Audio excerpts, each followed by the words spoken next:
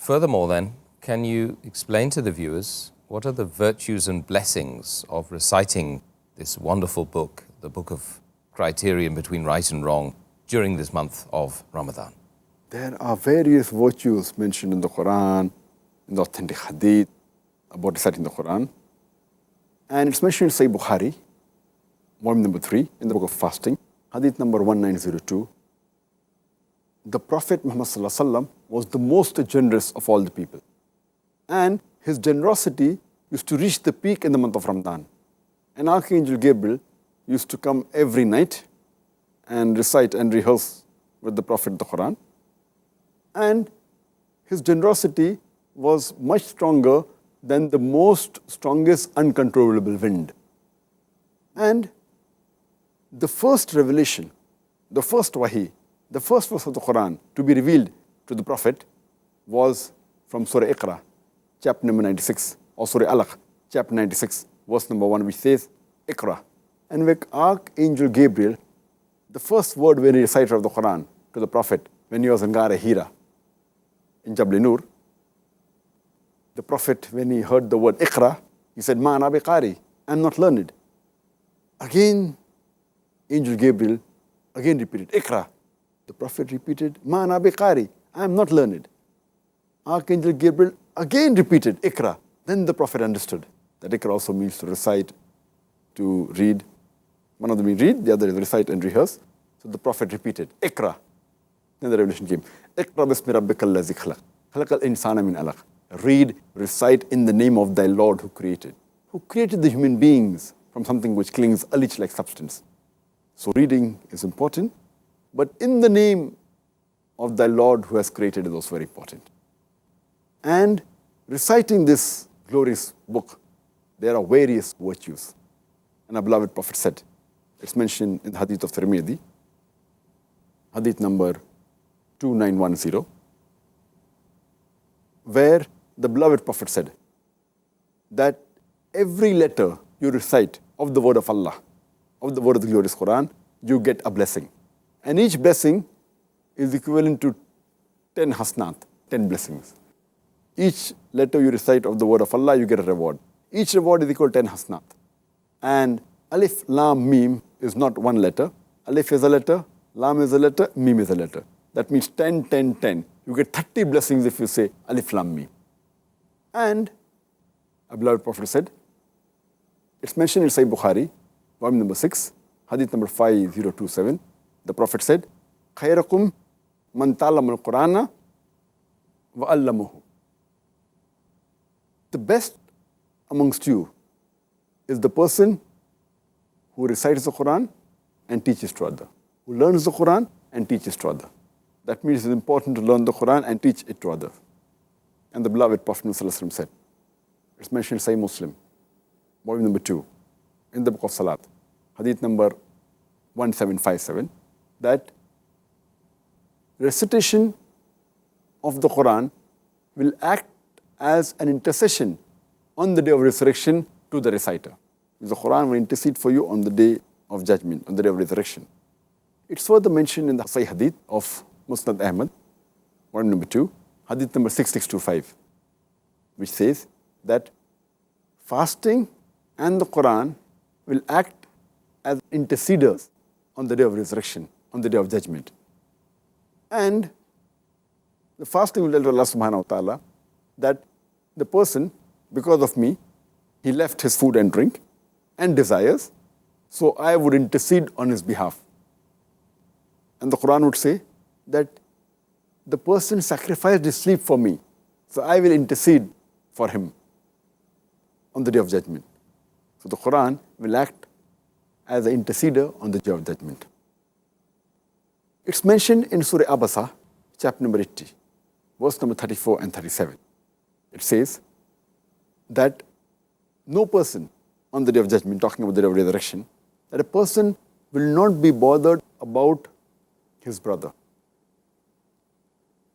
Neither will he be bothered about his mother or father or wife and children. He will not be bothered about the mother, father, brother, wife, children. And he'll be so much engrossed about his own concerns that he will not be bothered about other person's concern.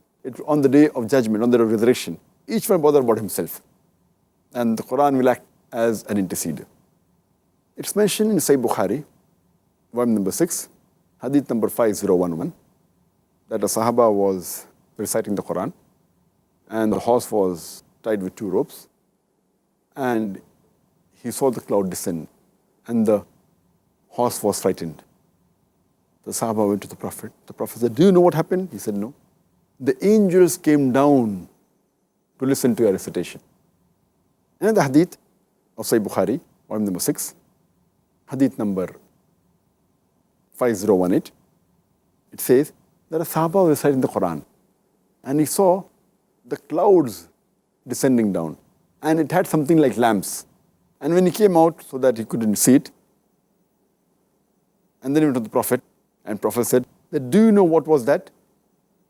And the Prophet said, "On the cloud there were angels who had come down to listen to a recitation. And if you had continued, they'd have been there till dawn, and people would have seen it, and then they'd have disappeared." It's further mentioned in Sahih Muslim, volume number 2, in the book of Salah, hadith number 1757, that if you recite the 2, that is Surah Baqarah and Surah Al-Imran, they will come down as 2 clouds or 2 canopies or 2 flock of birds when they intercede on your behalf. It's further mentioned in the hadith of Sahih Muslim, hadith number 6518, that the beloved Prophet ﷺ said that anyone who recites the Quran in the house of Allah, in the mosque, that when people gather in the house of Allah, the mosque, and when they recite the Quran and they learn it and teach it among themselves, on them will be tranquility and they will be calm. And the angels will descend and they will send the blessings on them. It's further mentioned in Sahih Bukhari, volume number 6, hadith number 4474. A beloved Prophet ﷺ told one of the Sahabas while he was in the mosque that I will inform you of the greatest surah in the Quran before I leave the mosque. And when the Prophet is about to leave the mosque after some time, the Sahaba reminds him that which is the greatest surah in the Quran which you are going to tell me about. The Prophet says, Alhamdulillah Rabbil Alameen, talking about Surah Fatiha, the oft-repeated 7 verses. It's further mentioned in Sahih Bukhari, volume number 6, hadith number 5009. The beloved Prophet ﷺ said that anyone who recites the last 2 verses of Surah Baqarah at night, he will be safe. The beloved Prophet ﷺ said in Sahih Muslim, volume number 2, in the book of Salah, hadith number 1766, the Prophet said, anyone who memorizes the first 10 verses of Surah Kahf, he will be safe from the Dajjal. And immediately next hadith, Sahih Muslim, volume number 2, book of Salah, hadith number 1767 says that anyone who remembers the last 10 verses of Surah Kahf, he'll be safe from the Dajjal. It's further mentioned in Sahih Muslim, volume number 2, in the book of Salah, hadith number 1768, that the beloved Prophet ﷺ said that, O Abul Mundir, do you know which is the greatest verse of the whole Quran? And he said that the Messenger of Allah knows the best. Again the Prophet repeated, O Abul Mundir, do you know which is the greatest verse in the Quran? So he started reciting Ayat al-Kursi. Allahu la ilaha hayyul qayyum, la ta'khudhuhu sinatun wa la nawm. And the Prophet said, may you be pleasant with the knowledge of the Quran. The greatest verse of the Quran is Ayat al-Kursi, Surah Baqarah, chapter number 2, verse number 255. And it's mentioned in Sahih Muslim, volume number 2, in the book of Salah, hadith number 1774. The Prophet said that the 2 surahs have been revealed, which no one has seen before or heard before. And he spoke about Surah Falaq and Surah Nas. I seek refuge with the Lord of the Dawn, Qul A'udhu Birabbil Falaq. And Qul a'udhu bi rabbin nas. Say, I seek refuge with the Lord of the dawn. So these two were the mu'izzatain. And this will protect you from evil. So this was some of the virtues mentioned of reciting the Qur'an. And you can go on. There are various other verses in the Qur'an and several Sahih Hadith talking about the virtues of reciting the Qur'an, alhamdulillah.